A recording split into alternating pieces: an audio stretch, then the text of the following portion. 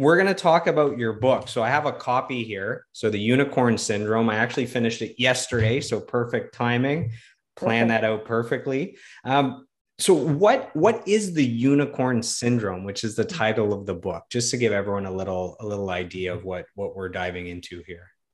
Yeah, the unicorn syndrome. So, this is what I call sort of the illusion that a lot of us women, and I'm sure men as well, but through my own experience, I speak for myself as a woman, and that is this illusion that we need to constantly compare ourselves to others and live up to this expectation or that is almost unreachable. So in my own experience, I share a lot in the book about how from a very young age I looked up to fitness models on magazines who were tall and had long legs, and that was just not my body type.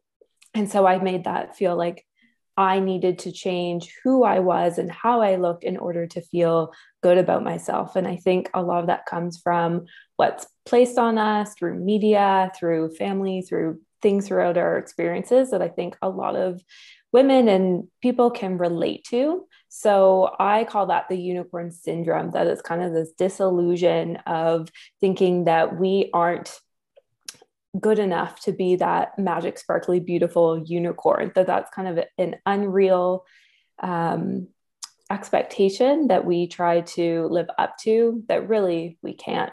But in the end, the magic of it all is that, we're really already unicorns. We really already are that.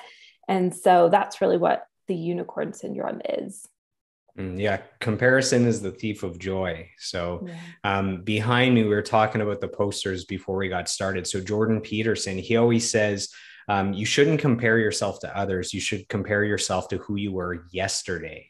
Mm-hmm. Because me comparing to anyone but me is not a great comparison because you're not the same and you have different upbringings and different environments and different skills. And so there's nobody in the world that you can accurately compare yourself to except to yourself yesterday. So if I'm always comparing to myself yesterday and I'm trying to get in shape and in your book, you don't want people to weigh themselves. I get it. But in this example, if I weigh myself today and I'm whatever, a half pound less and I'm looking to lose weight than yesterday, then that's a direct one-on-one comparison that makes sense. So that's what I've heard for advice is you can compare yourself, but it has to be to yourself, which is a good metric to compare by.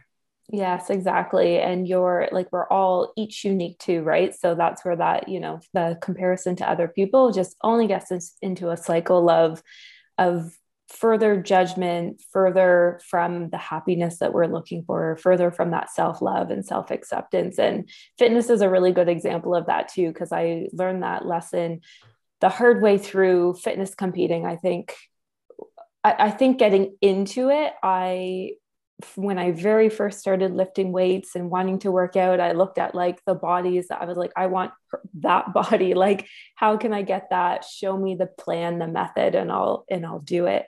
And what I learned was like, I'm never going to be that because that's not me. That's not my body. So it was that journey of, okay, I was over here where I was overweight and unhealthy and unhappy. And then now I'm feeling strong. I'm feeling confident. I'm feeling good in my skin in the way that my body looks and it being the best for me.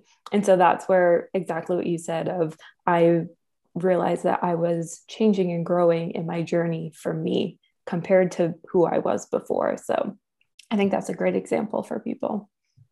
The other issue with comparing to other people is you don't know where they're at on their journey. So for Mhm. example, when you felt like you were out of shape and you're looking at these women, bodybuilders that are in impeccable shape, you're on day one of this journey and they're on day like 10,000 and you're trying to compare. And Yes. it's again, you can't compare because them on day one might have been worse off than you were, So if you knew that and you saw them on day one, you would feel pretty good if you were comparing. So that's another reason why the comparison isn't great. So